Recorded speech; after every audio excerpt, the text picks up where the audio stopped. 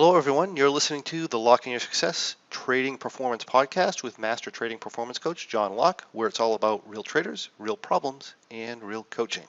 This is episode number 9, and since the new year is upon us, I'd like to discuss goals.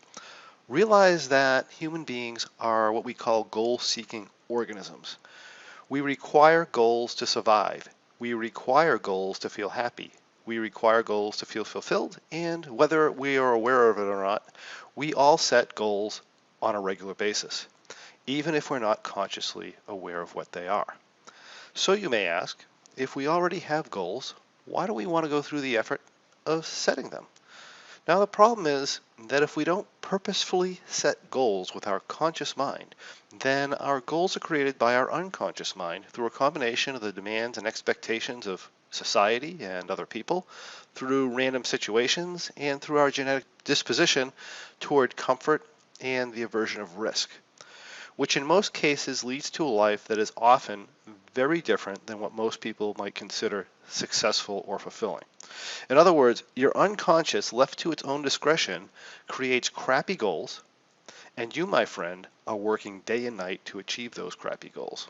Therefore, if there are things in life that you want, especially anything that requires effort or risk, then you're going to have to override that system consciously and consciously create worthy goals. But in the process of creating these worthy goals, it's also extremely important to recognize that the reason to set goals is not so that we can achieve them.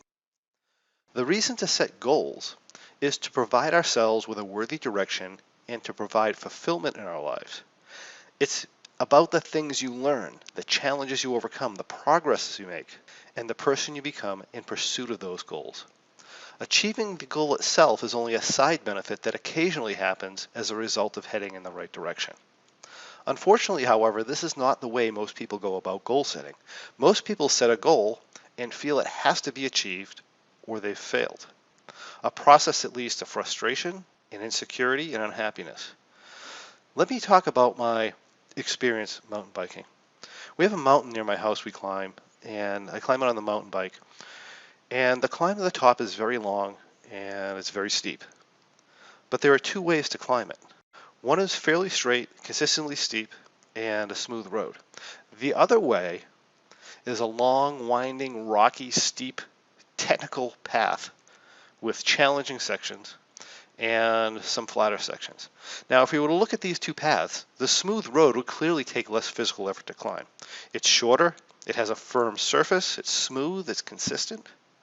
However, to my surprise, when I tried each path, I found the rocky, steep, technical path much easier to climb.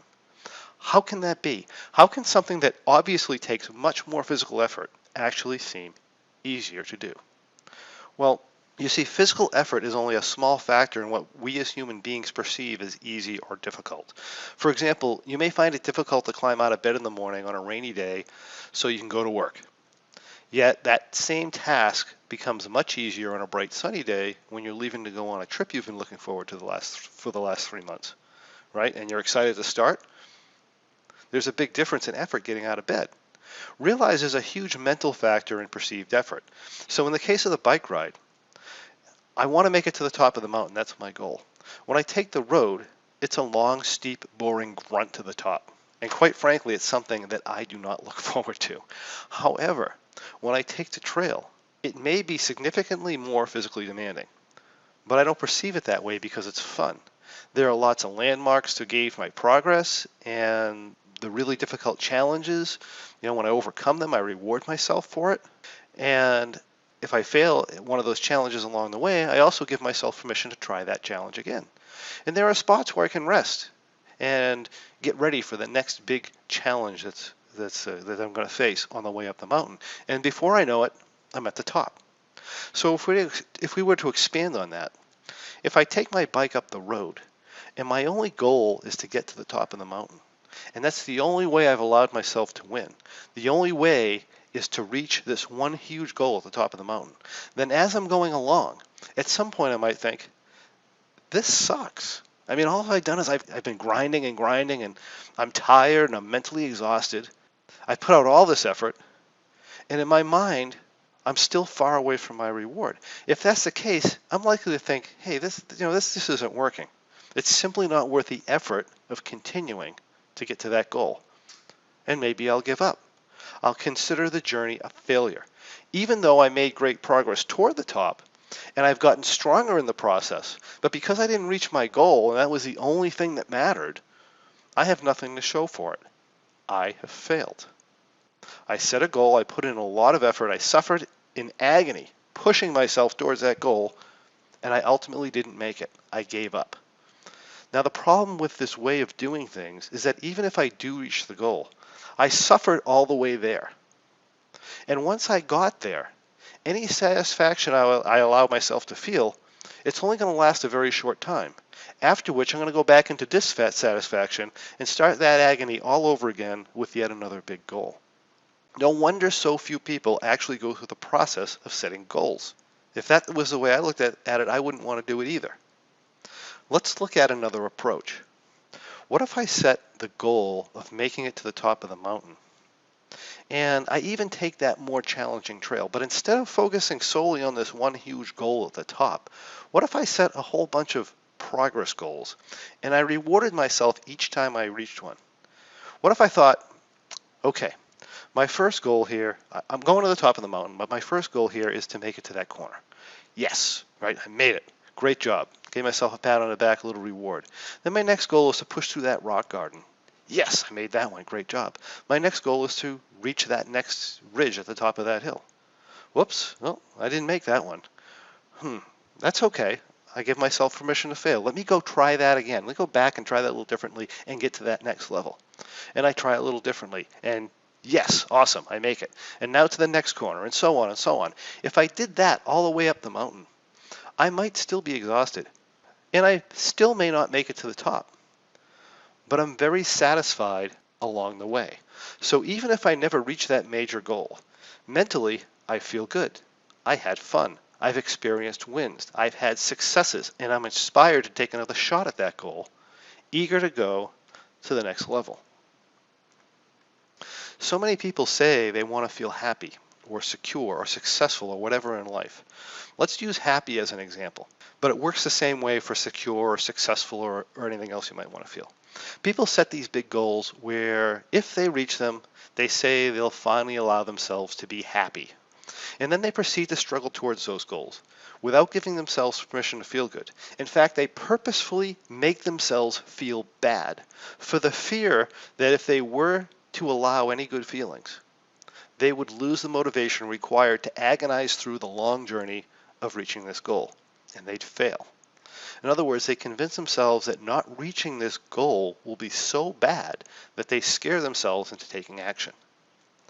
And while this may work to achieve the material goal itself, the problem with this approach is that even if they reach the goal, and they do actually allow themselves to feel happy, those feelings only last for a short period of time. Because we as human beings, we're always looking for something better. That's our nature.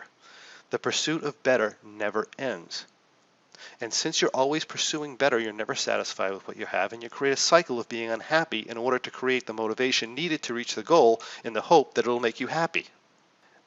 And that cycle repeats itself over and over and over again, meaning it's literally impossible to reach a point where you're genuinely happy for any period of time.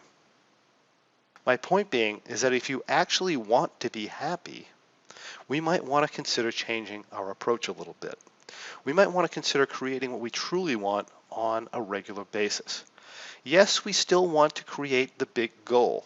This gives us a direction, something worthy to strive for. But we're doing it because we want the goal, not because we think it's a requirement for a feeling, which in reality we can create anytime we want anyway.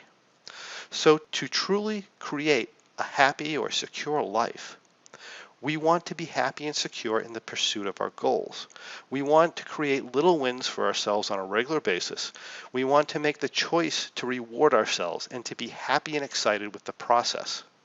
This not only provides motivation, but it also creates excitement around the process of creating goals and happiness in working toward them and overcoming challenges along the way, making it much more likely we'll actually set high goals and pursue our dreams in the first place. And perhaps best of all, as we move forward in the direction of our goals, this process allows us to experience the feelings of happiness, security, and success, even if we never reach the actual goal, which, when you really think about it, is all we ever truly wanted in the first place. So set that big goal, set up little wins along the path of that goal, reward yourself with each win, and enjoy your success, enjoy your security, and enjoy your happiness.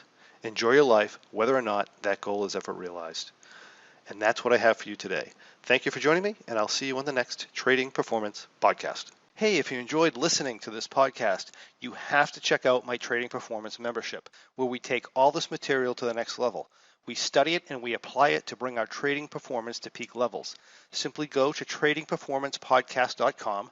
That's one word, tradingperformancepodcast.com, to receive information on how you too can become involved and improve your trading. I look forward to seeing you there.